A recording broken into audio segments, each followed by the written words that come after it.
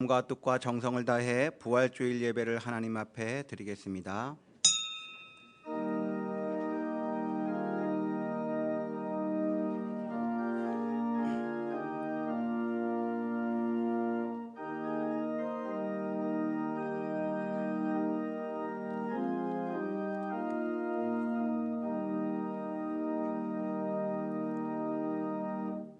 우리 주 예수 그리스도의 아버지 하나님을 찬송하리로다.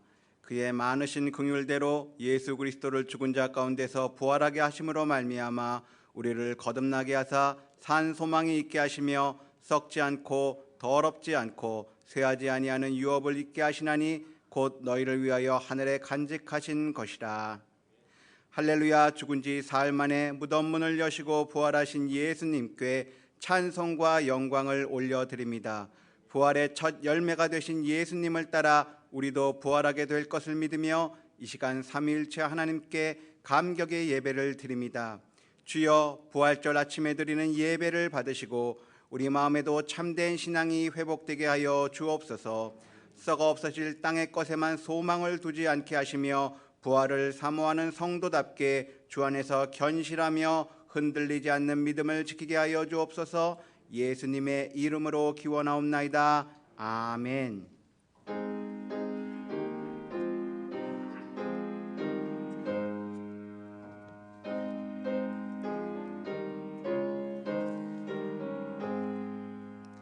만복의 근원 하나님, 온 백성 찬송 드리고 저 천사여 찬송하세.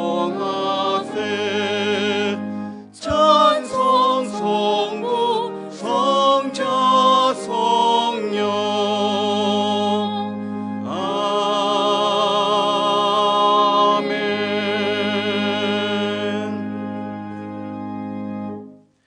하나님께서 그를 사망의 고통에서 풀어 살리셨으니 우리 주 예수 그리스도로 말미암아 우리에게 승리를 주시는 하나님께 감사하노니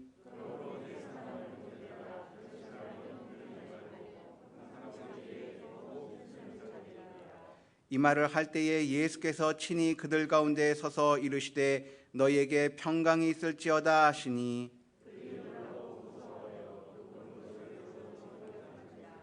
예수께서 이르시되 어찌하여 두려워하며 어찌하여 마음에 의심이 일어나느냐. 영은 살과 뼈가 없으되 너희 보는 바와 같이 나는 있느니라.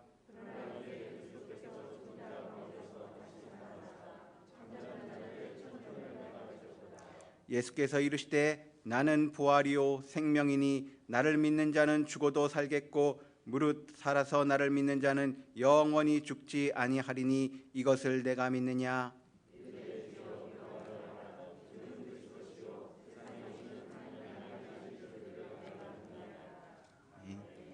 나는 전능하신 아버지 하나님 천지의 창조주를 믿습니다. 나는 그의 유일하신 아들 우리 주 예수 그리스도를 믿습니다. 그는 성령으로 잉태되어 동정녀 마리아에게서 나시고 본디오 빌라도에게 고난을 받아 십자가에 못 박혀 죽으시고 장사된 지 사흘 만에 죽은 자 가운데서 다시 살아나셨으며 하늘에 오르시어 전능하신 아버지 하나님 우편에 앉아 계시다가 거기로부터 살아있는 자와 죽은 자를 심판하러 오십니다. 나는 성령을 믿으며 거룩한 공교회와 성도의 교제와 죄를 용서받는 것과 몸의 부활과 영생을 믿습니다. 아멘.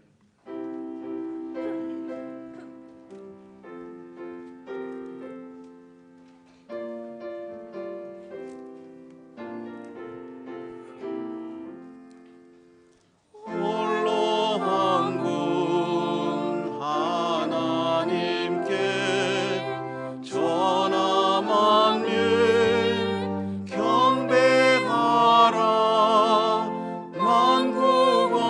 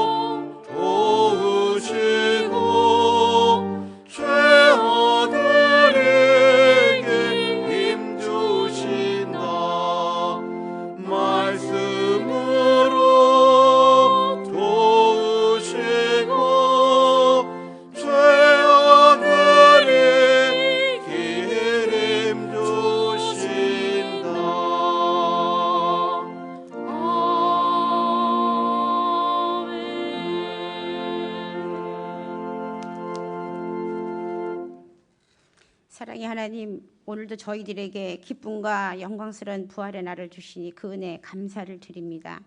예수님의 부활의 승리를 통해서 저희들에게도 부활의 생명을 주셨사오니 이 귀한 은혜와 은총을 누리며 소망으로 살아가는 저희들의 삶이 되게 하여 주시옵소서.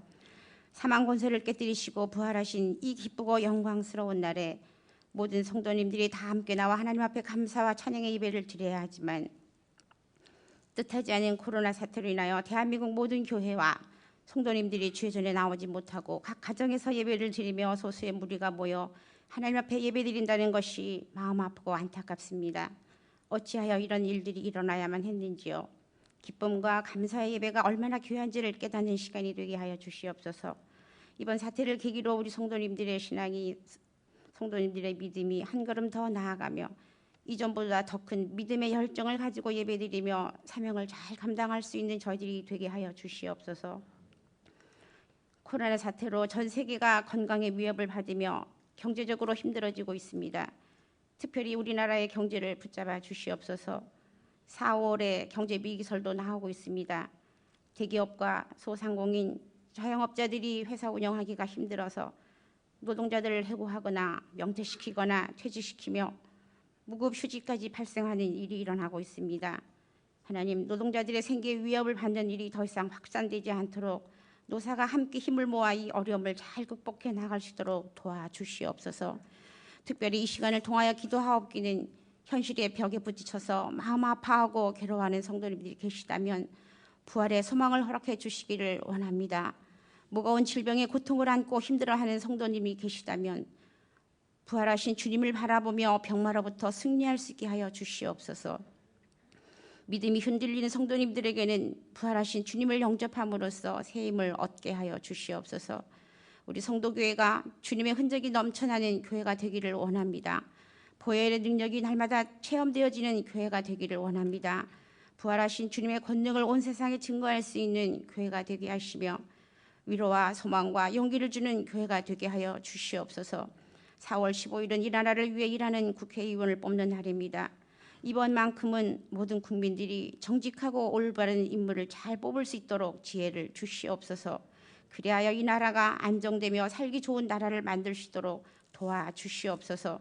이 시간도 말씀을 전하시는 목사님을 기억하시사 하나님의 말씀을 온전히 전하실 수 있도록 성령의 능력으로 붙들어 주시옵소서. 말씀을 통하여 약해질 때 강하게 될 수 있는 지혜를 얻을 수 있도록 도와주시옵소서.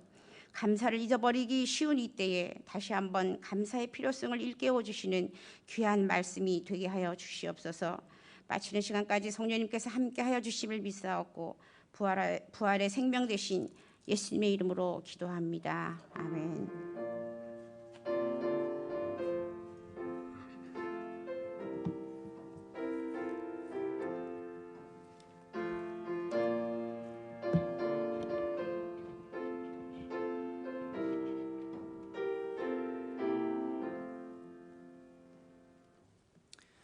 이 시간 우리에게 주신 하나님의 말씀은 누가복음 24장 1절에서 12절 말씀입니다.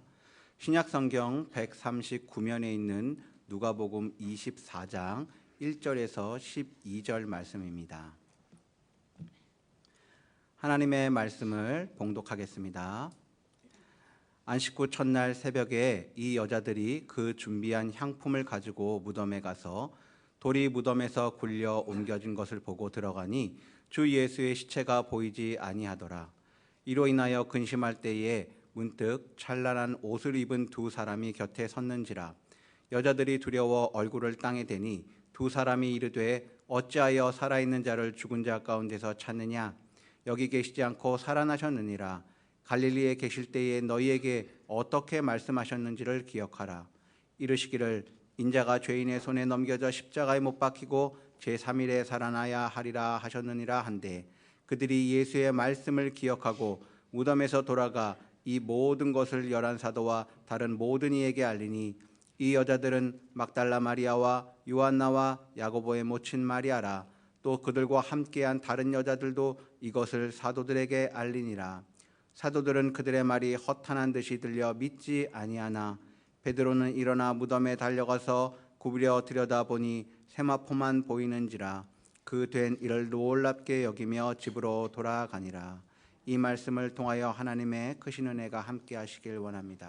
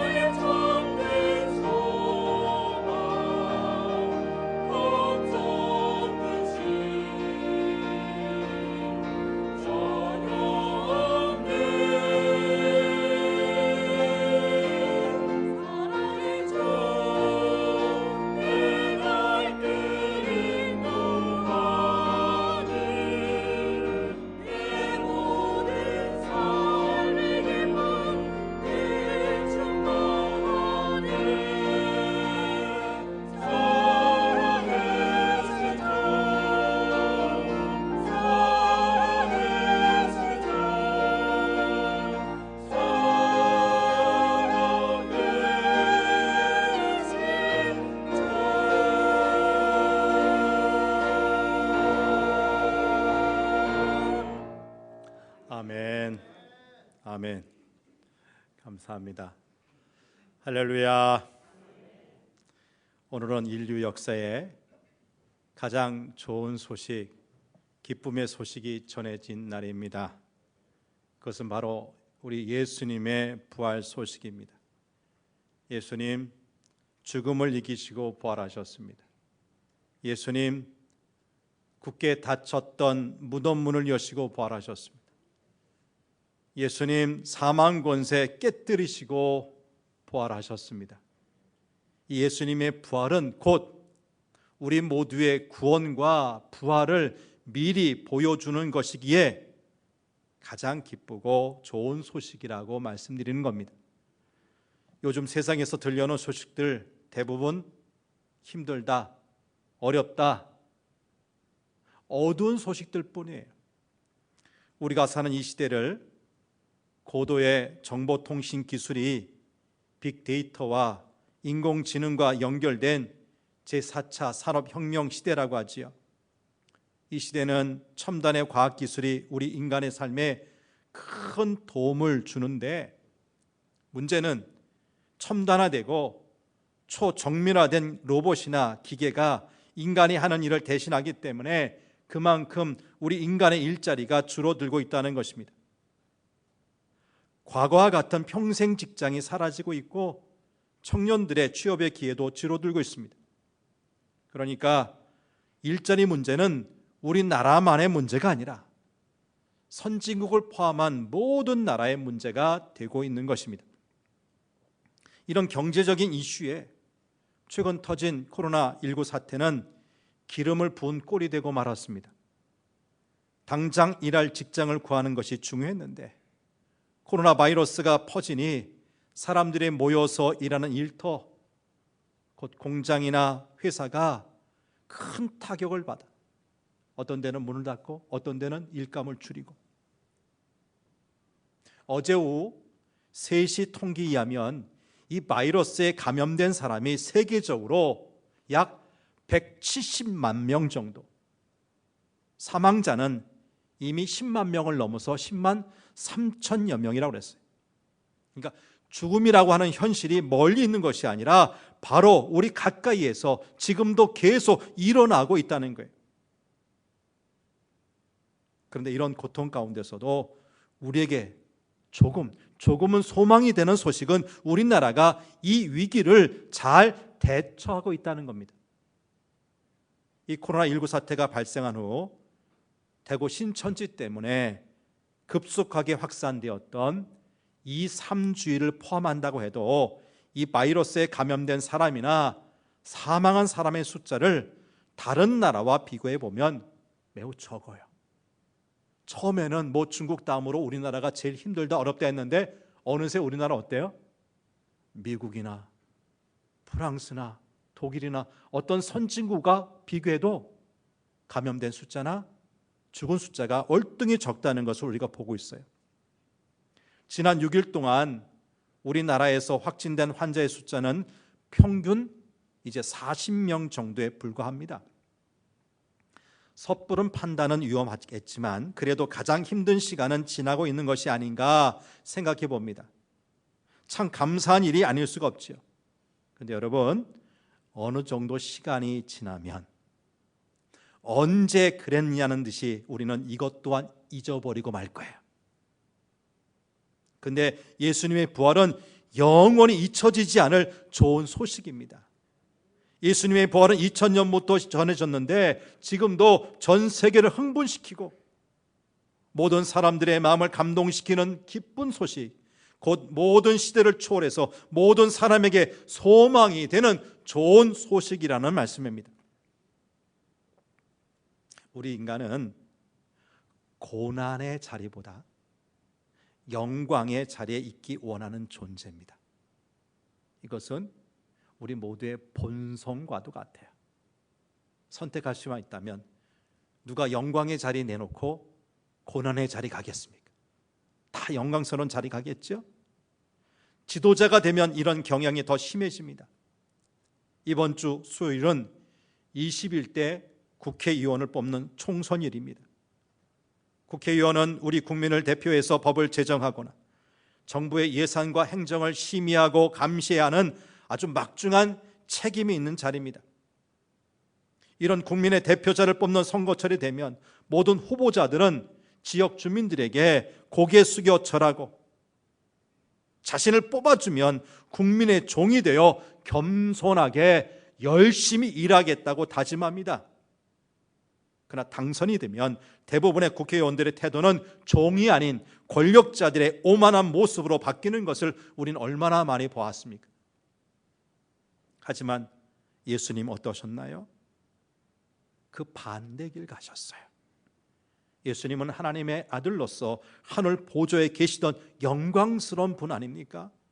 그런데 그 모든 영광을 내려놓고 이 고난의 땅에 내려오셨어요. 아버지 하나님도 세상에서 고난받는 아들을 지켜보시며 아들과 함께 아파하시고 슬퍼하셨습니다. 그것만이, 오직 그것만이 절망 속에서 신음하는 죄인된 인간을 구원하는 유일한 길이기 때문이었습니다. 그런데 이 예수님의 마지막 길, 곧 십자가 죽음을 지켜본 여인들이 있었습니다. 그들 중 특별히 눈에 띄는 사람이 막달라 마리아인데 사복음서에 끊임없이 반복되어 나오는 이름입니다. 여러분, 막달라 마리아, 그녀는 누굽니까? 본래 7 귀신이 들렸다가 예수님을 통해 치유받은 여인이에요. 그렇다면 예수님을 만나기 전 그녀의 삶은 얼마나 피폐했을까요?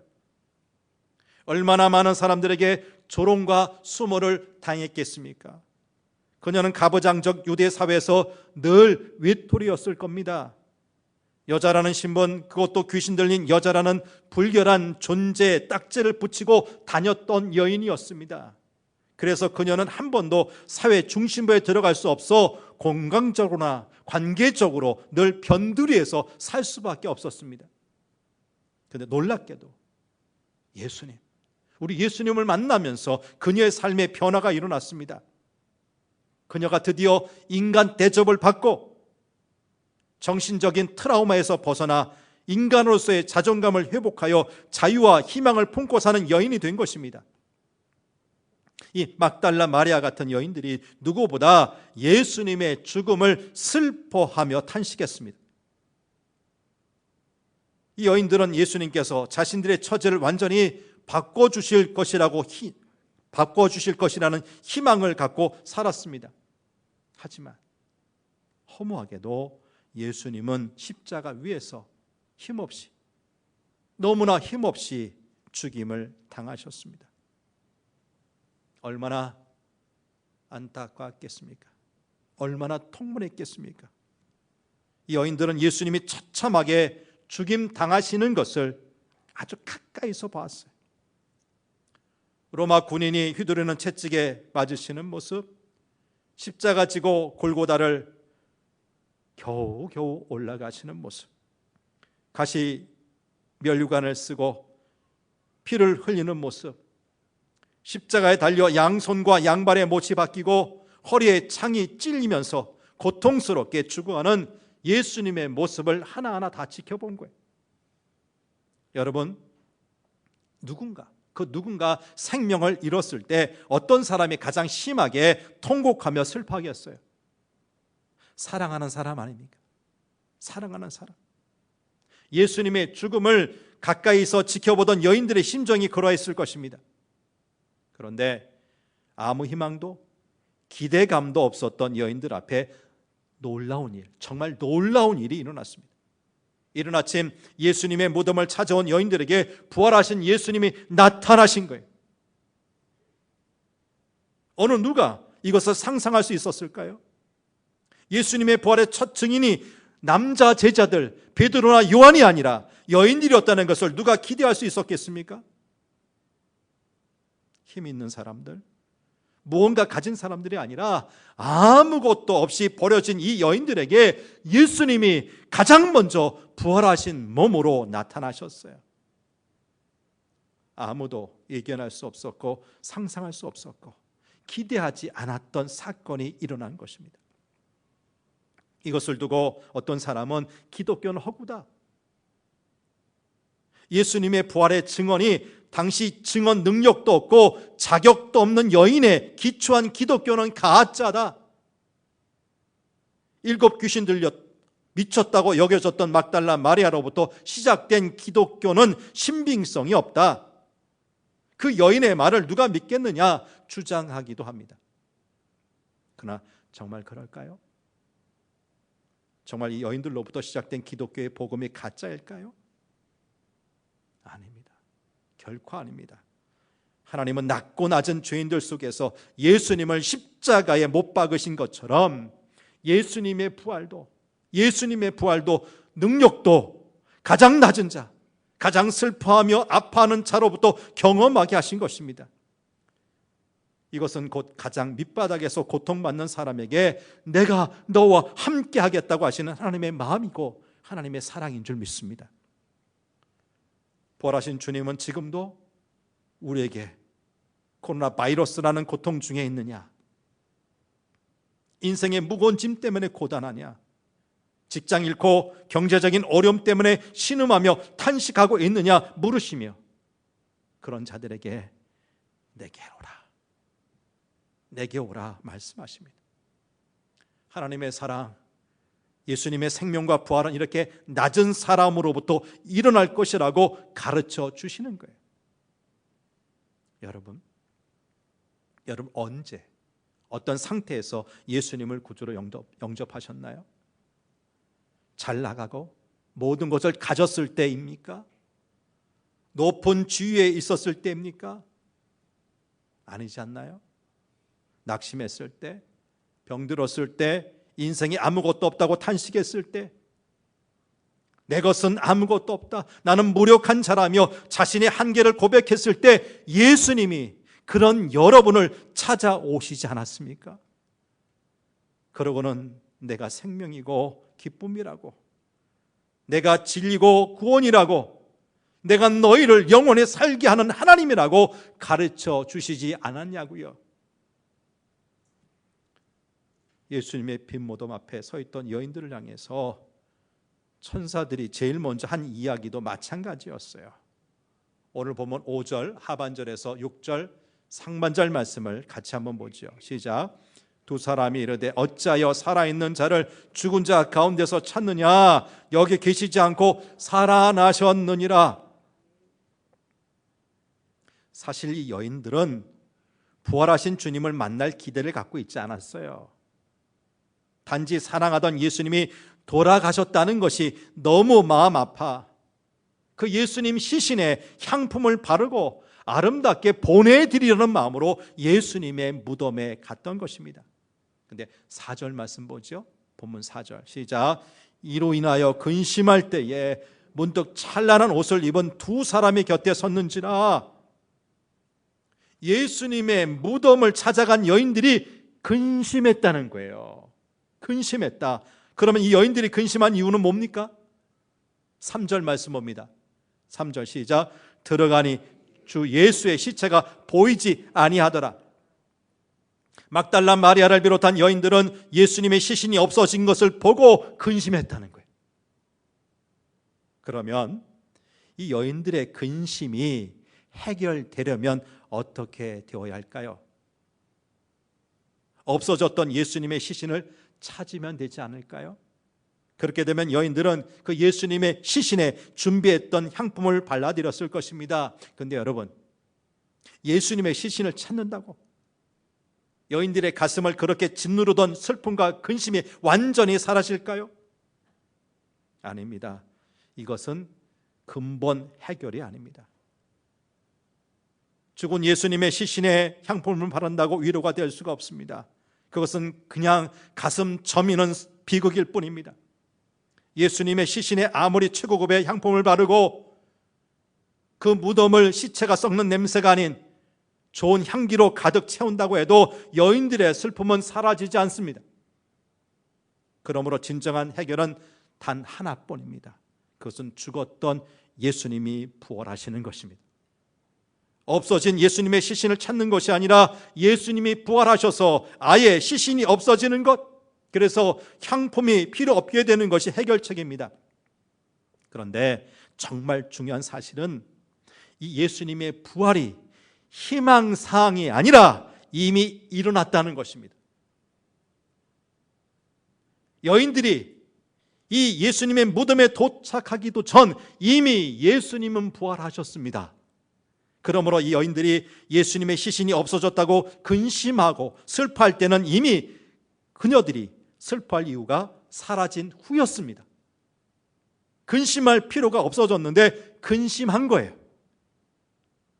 그렇다면 근심할 필요가 없어졌는데 이 여인들은 왜 근심했습니까? 그것은 예수님이 부활하신 것을 몰랐기 때문에. 여인들은 예수님의 부활을 꿈에도 생각하지 못한 것입니다. 여기서 한 가지 의아한 생각이 드는 것은, 그렇다면 이 여인들은 왜 예수님의 부활을 전혀 생각하지 못했을까 하는 것입니다. 예수님의 부활이 비밀이었기 때문입니까? 아버지 하나님께서 아들 예수님께 부활이 있기까지는 절대 그 누구에게도 부활에 대해 말하지 말라고 하셨습니까? 그래서 예수님이 단 한 번도 부활에 대해 말씀하신 적 없어서 여인들이 예수님의 부활을 상상조차 못한 것일까요? 아닙니다. 예수님의 부활은 절대 비밀이 아니었습니다. 십자가의 고난을 당하시기 전 예수님은 이미 여러 차례 당신이 죽임을 당한 후 부활하실 것을 말씀하셨어요. 요한복음 2장 말씀 보면 예수님께서 성전에서 짐승을 팔고 돈을 바꿔주는 그 장사하는 사람들의 상을 둘러보시자 유대인들이 강하게 항의하지요. 요한복음 2장 18절 말씀 봅니다. 이에 유대인들이 대답하여 예수께 말하기를 내가 이런 일을 행하니, 이런 일이 뭡니까? 성전의 상, 장사치의 그 상을 둘러보신 거예요. 무슨 표적을 우리에게 보이겠느냐? 너 무슨 자격으로 이런 일을 해? 너 정말 하나님의 아들 맞아? 뭐 이런 거 묻는 거예요. 그러자 예수님께서 대답하신 말씀이 19절입니다. 같이 읽어볼까요? 시작. 예수께서 대답하여 이르시되 너희가 이 성전을 헐라 내가 사흘 동안에 일으키리라. 헤롯 성전, 아주 훌륭하게 잘 지어진 성전을 헐어봐. 그러면 내가 며칠 동안에? 단 사흘 동안에 이것을 일으킨다 그랬어요. 근데 여러분, 이 성전은 진짜 예루살렘 돌로 만들어진 그 성전을 말합니까? 뭘 말합니까? 예, 자신의 몸, 예수님의 몸을 상징하는 거 아니에요? 이어지는 21절 말씀 보세요. 시작. 예수는 성전된 자기 육체를 가리켜 말씀하신 것이라. 그때 이미 예수님은 자신이 죽은 다음 부활할 것을 사람들에게 말씀하신 거예요. 마태복음 16장 21절 말씀도 보지요. 시작.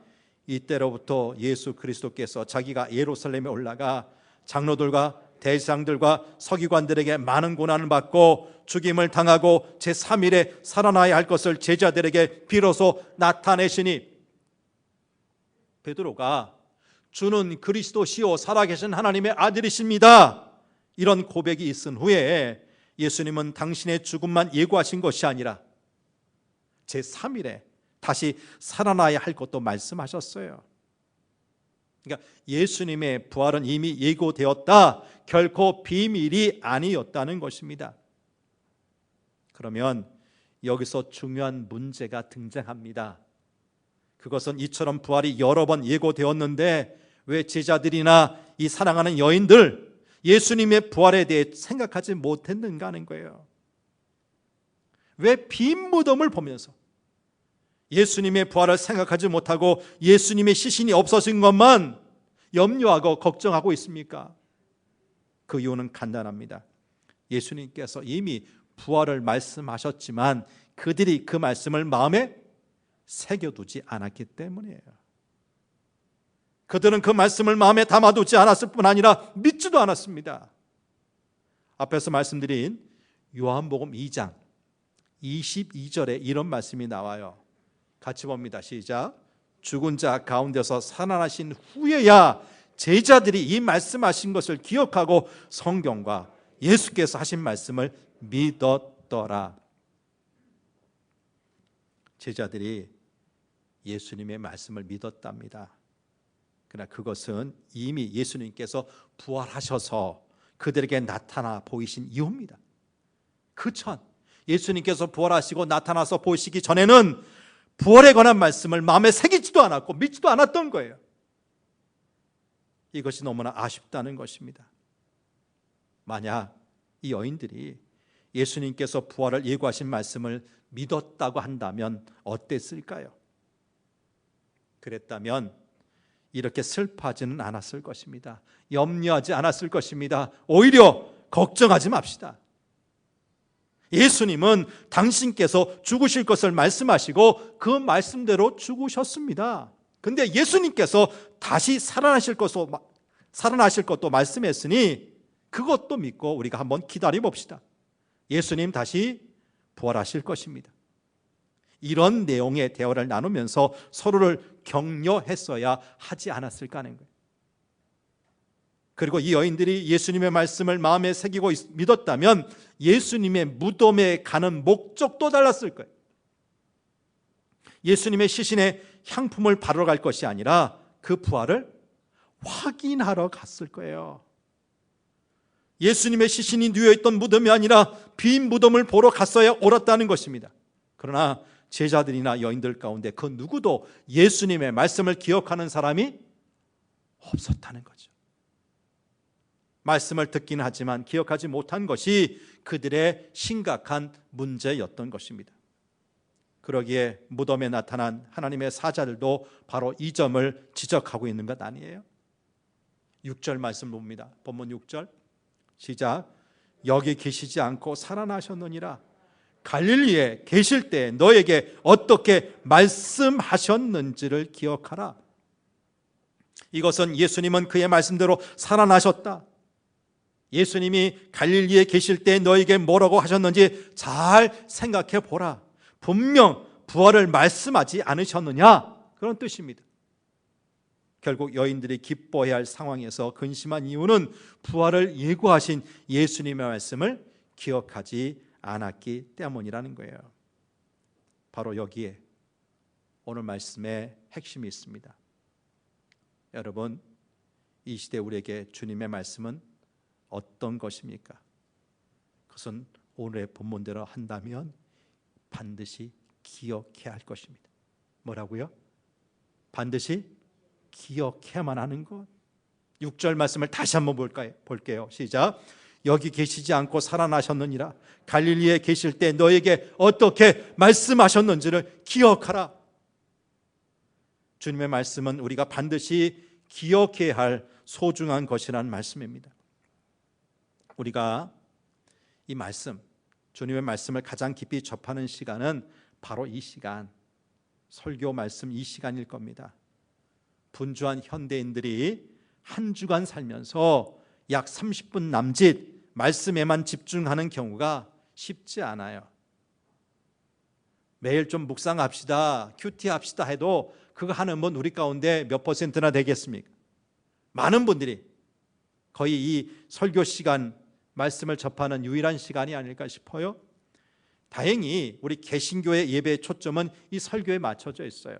가장 가운데 있고 가장 긴 시간이 이 설교 시간이에요. 그렇다면 우리에게 설교 시간은 어떤 시간이어야 합니까? 얼마 전에 이분 돌아가셨더라고요. 과거 우리 토크쇼 가운데 잔이훈 쇼 기억하십니까? 주병진 쇼 기억하십니까? 아니면 지금도 아침에 방영되는 KBS의 아침마당 아시죠? 토크쇼입니다. 토크쇼. 토크쇼를 진행하는 진행자와 몇 사람의 게스트가 나와서 이런저런 주제로 이야기를 나누는 거예요. 이런 토크쇼, 토크 프로그램은 몇 가지 요소만 갖추면 성공이라고 할 수 있어요. 적당히 유익한 정보, 그리고 지루하지 않게 만드는 유머, 그러면서 어느 정도의 수준이 있는 대화를 통해 교양을 얻게 해주는 거예요. 그러면 상당히 괜찮은 프로그램, 성공적인 프로그램이라는 이야기를 듣습니다. 그렇다면 여러분 설교는 어떻습니까? 적당한 정보와 재미, 그리고 약간 수준 있는 이야기가 담기면 성공적인 설교가 됩니까? 그리고 예배자들, 여러분은 설교를 들으면서 토크쇼 시청하는 마음 정도로 임하면 됩니까? 아니죠. 결코 그렇지 않습니다. 그럴 수가 없습니다. 설교와 토크쇼는 근본부터 다릅니다. 토크쇼는 듣고 즐기는 것으로 충분합니다. 유익한 정보를 얻었다면 머리에 기억해 두면 됩니다. 아니, 잊는다고 해도 별 문제가 될 것 없습니다. 토크쇼에서 들은 이야기 잊었다고 해서 인생이 무너지는 것, 잘못되는 것도 아닙니다. 그러나 하나님의 말씀은 다릅니다. 하나님은 오늘 본문을 통해서 우리에게 강력하게 말씀하십니다. 너에게 어떻게 말씀하셨는지를 어떻게 하라고요? 기억하라. 잊지 말고 기억하라. 여러분, 우리는 하나님의 말씀을 반드시 기억해야 한다는 것입니다. 결코 잊으면 안 됩니다. 하나님의 말씀은 비밀 암호와 같습니다. 암호를 잊으면 안전을 장담할 수 없고 작전 수행을 할 수도 없습니다. 이처럼 암호에는 전쟁을 수행하는 군인들의 생명과 승리가 달려 있는 것입니다. 우리나라의 옛날 나라 고구려 아시죠? 그 고구려 건국에 관한 이야기 중에 주몽의 아들 유리에 관한 이야기를 보면 이런 대목이 나와요. 주몽이 집을 떠나면서 임신 중이던 아내에게 다음같이 이야기를 합니다. 만일 아내가 사내 아이를 낳거든 그 아이에게 이르시오. 7 모난 돌 위 소나무 밑에 감추어둔 유물을 갖고 나를 찾아오라고 말이요. 여러분, 이 아내가 어찌 이 남편 주몽의 말을 잊겠습니까? 7 모난 돌 위에 소나무 밑에 감추어준 유물, 결코 잊을 수가 없어요.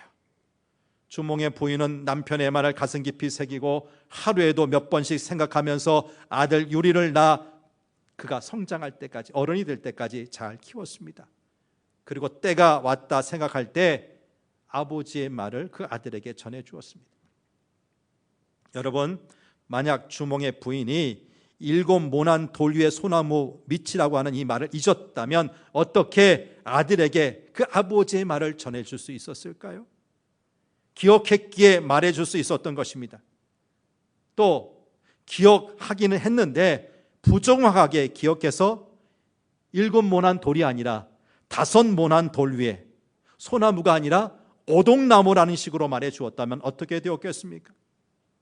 그녀는 남편의 말을 정확하게 기억했고 그것을 아들에게 전해 주었습니다. 그래서 유리는 아버지 주몽을 찾아가 부러진 칼을 증거물로 보이고 아들로 인정받아 왕위를 물려받게 되는 거지요. 여러분, 하나님의 말씀이 그런 것입니다. 우리 하나님의 말씀을 교양으로 받는 것이 아니라 내 생명과 같은 것으로 받아 기억하는 것입니다. 그런데 오늘날 예배 중에 설교가 토크쇼로 전락하고 있는 것은 아닌지 가끔가다 한국 교단을 보면서 염려가 될 때가 있습니다. 설교하는 저와 같은 목사는 설교가 좀 재미있어야 한다. 그리고 성도들이 잘 못 들어본 그런 주제로 설교해서 그들의 귀를 쫑긋 세우고 듣도록 해야 한다. 그리고 목사가 제법 좀 유식하다는 것을 과시할 필요도 있다. 이런 유혹에 빠지기 쉽다는 거예요. 설교로 듣는 회중들, 여러분들은 어떻습니까? 나는 심각한 이야기, 무거운 주제의 이야기를 듣는 것이 좀 싫어. 내 평소 삶도 좀 무겁고 힘들기 때문이지. 그래서 좀 가벼운 주제가 좋아. 재미까지 있으면 더 좋고, 이왕이면 삶에 유익한 정보도 얻으면 금상첨화지. 근데 좀 가볍게 말씀하면 될 걸 우리 목사님 왜 저렇게 열을 올리는지 모르겠어.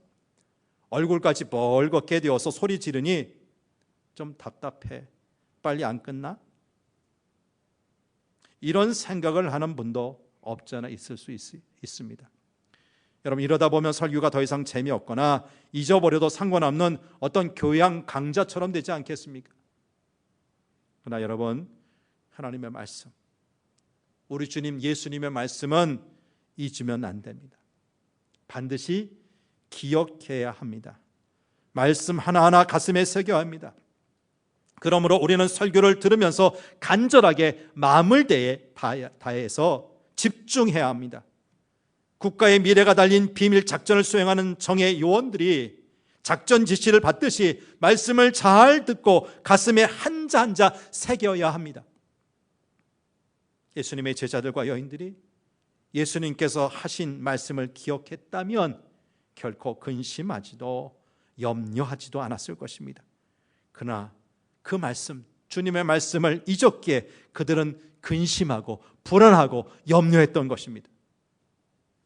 이제 우리가 해야 할 것은 결코 비싼 향품을 준비하는 일도, 예수님의 무덤을 아름답게 단장하는 일도 아닙니다. 교회가 교회되는 일, 한국교회가 사는 길은 주 예수님의 시체를 찾는 데 있지 않습니다. 갈릴리에 계실 때 너희에게 어떻게 말씀하신 것을 기억하라고 하셨습니다.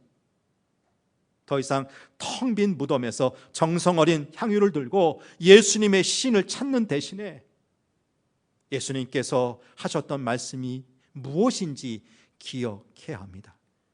그러면 우리 신앙은 더 건강해질 것입니다. 그러므로 말씀을 기억하고 여러분의 상황에 적용하시기를 바랍니다. 이렇게 말씀을 기억하고 여러분 삶에 적용하는 사람에게는 근심 대신 평안이, 슬픔 대신에 기쁨이, 절망 대신 소망이 넘칠 것입니다. 아무리 어려운 상황 만나도 말씀을 붙잡고 일어설 것입니다. 반대로 아무리 달콤한 유혹이 있어도 말씀이 금한 것을 기억하는 사람이라면 그 유혹, 과감히 거절할 것입니다. 이렇게 말씀을 기억하고 적용하며 살 때 비로소 우리는 성도다운 성도의 삶을 살게 될 것입니다. 그리고 우리는 부활하신 예수님처럼 승리자가 될 것입니다. 이렇게 예수님의 부활의 삶, 승리의 삶을 누리시는 저와 여러분 되시기를 간절히 바랍니다. 하나님 아버지, 우리 주님 살아계실 때 거듭해서 그가 십자가에 죽지만 3일 만에 다시 살 것이다, 부활할 것이다 말씀하셨건만, 그 어떤 제자도 예수님을 너무나 사랑해서 그가 가신 마지막 길 가장 가까이에서 지켜봤던 그 여인들도 결코 예수님의 부활을 기억해내지 못했습니다. 그러기에 우리 주님 약속대로 사망 권세 이기시고 부활하셨건만 그 무덤을 찾았던 여인들, 예수님의 시신이 없자 그 표정이 염려의 표정으로, 근심하는 표정으로 바뀌고 말았습니다. 주님의 말씀을 잊었기에 기뻐할 상황인데, 감사해야 될 상황인데 염려의 상황 되고 말았던 것입니다. 지난 수세기 동안 우리가 오랫동안 부활의 말씀을 들어왔는데, 개인적으로도 수십 년 동안 예수님의 부활이 있을 것임을 우리가 믿고 그것을 들어왔는데 막상 우리 삶에서 어려움이 생기고 고통이 생기고 최근에 이 코로나 바이러스 같은 어려움이 생겼을 때, 그때 정말 우리는 부활의 주님을 기억하고 이 어려움에서도 우리 주님 우리를 부활케 하심을 믿습니다. 다시 재기할 수 있음을, 다시 일어서게 하실 것임을 믿습니다.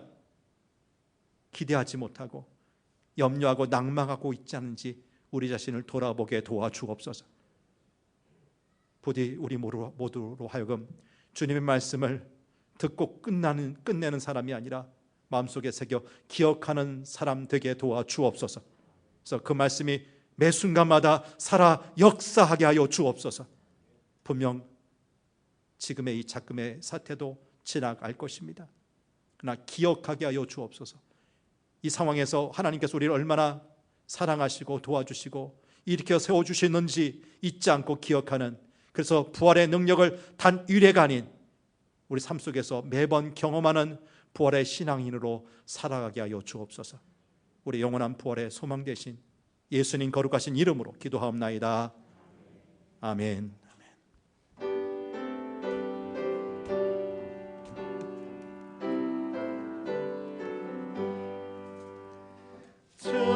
즐겁도다 이 말 세세의 할 말, 사망 권세 깨고 하늘이 열려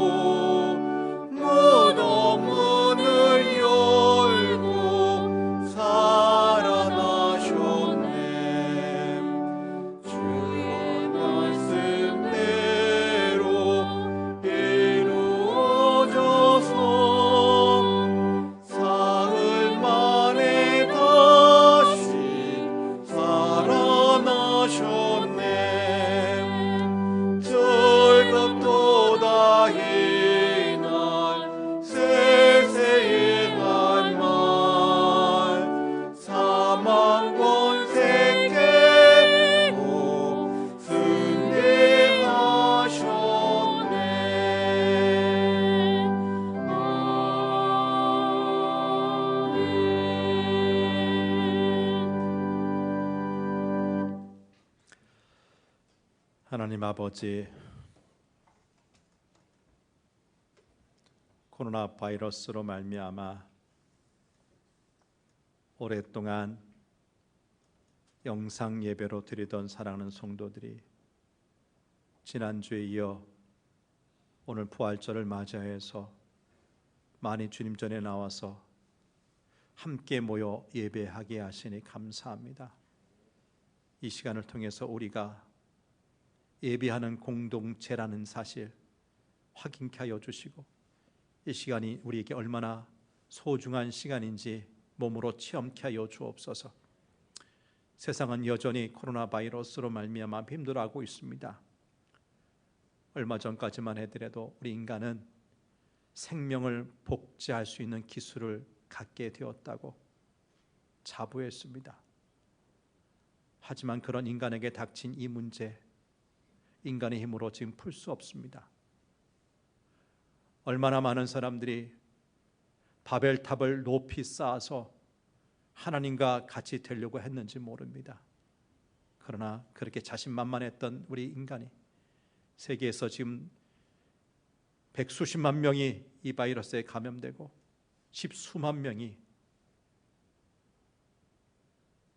삶을 마감해야 되는 그 안타까운 현실을 보면서 그동안 우리가 하나님 앞에 얼마나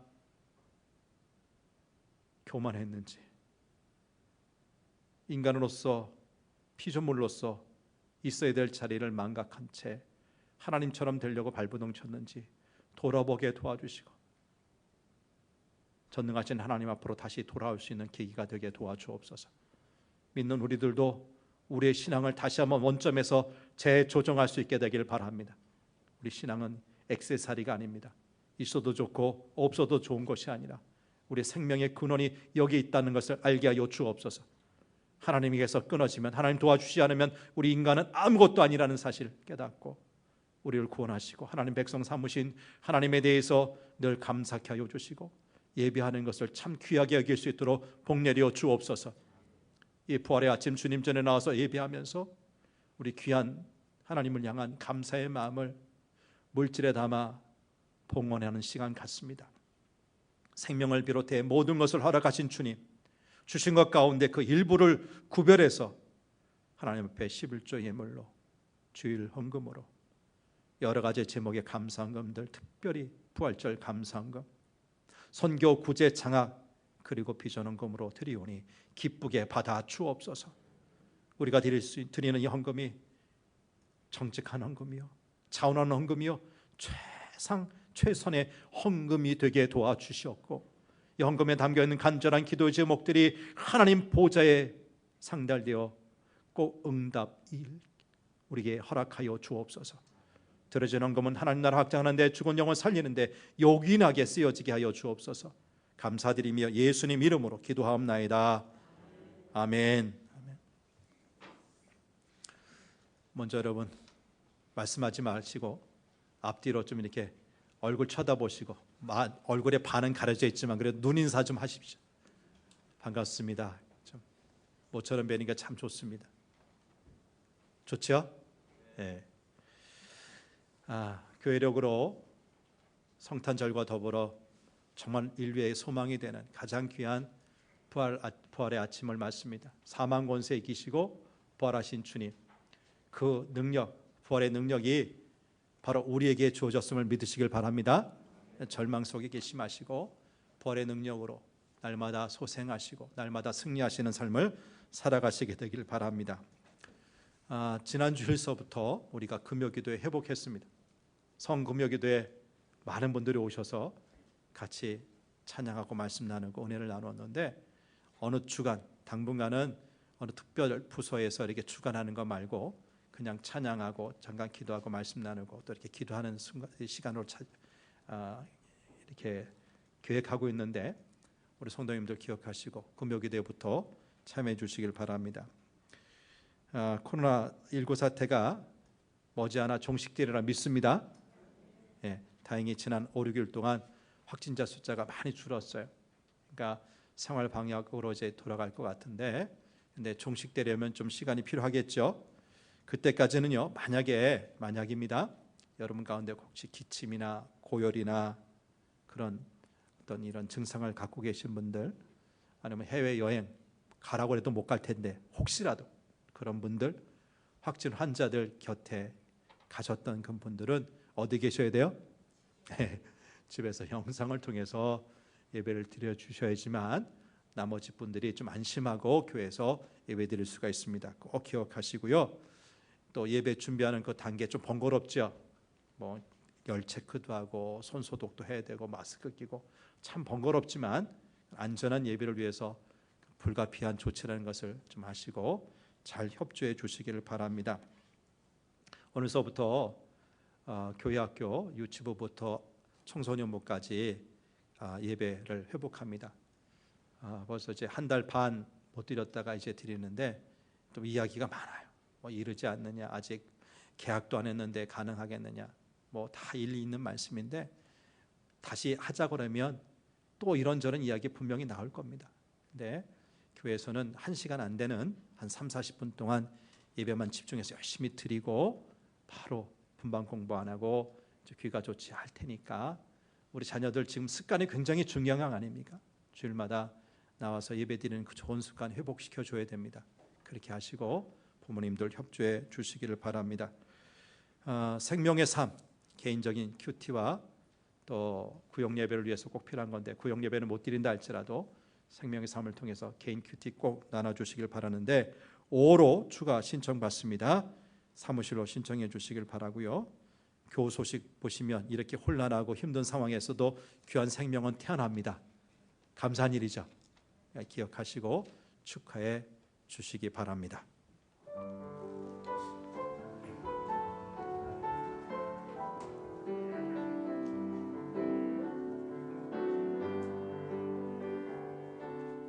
나의 사랑, 나의 생명, 나의 하나님,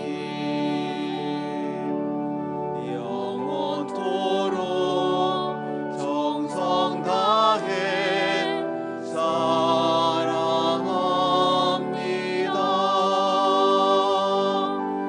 나의 힘 되신 여호와여, 내가 사랑합니다. 영원토록 정성 다해 사랑합니다.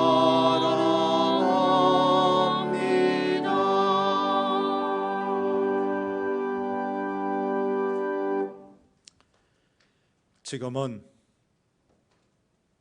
사망 권세 이기시고 부활하신 우리 구주 예수 그리스도의 은혜와 하나님 아버지의 넓고 크신 사랑과 보혜사 성령님의 교통하심과 충만하심이 우리 하나님의 말씀, 우리 주님의 말씀 꼭 기억함으로 말미암아 기뻐야 될 상황, 감사해야 될 상황에서 어리석게도 염려, 걱정, 근심하는 일이 없기 원합니다.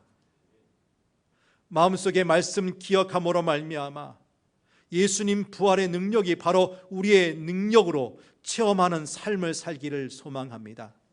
기도하며 다짐하면서 이 성전 나서는 모든 하나님의 사람들과 저들의 가정과 하시는 일터 위에 여전히 코로나 이 바이러스 문제로 말미암아 병원에 입원해 있는 세계 환자들, 저들을 치료하는 의료진들, 이 바이러스를 퇴치하기 위해서 애쓰는 방역 당국자들, 이런 혼란의 와중에서도 세계 방방곡곡에서 선교지를 지키며 주의 복음 들고 외치는 선교사님들과 그 선교지들 위해 영원히 함께 하시기를 간절히 축원하옵나이다.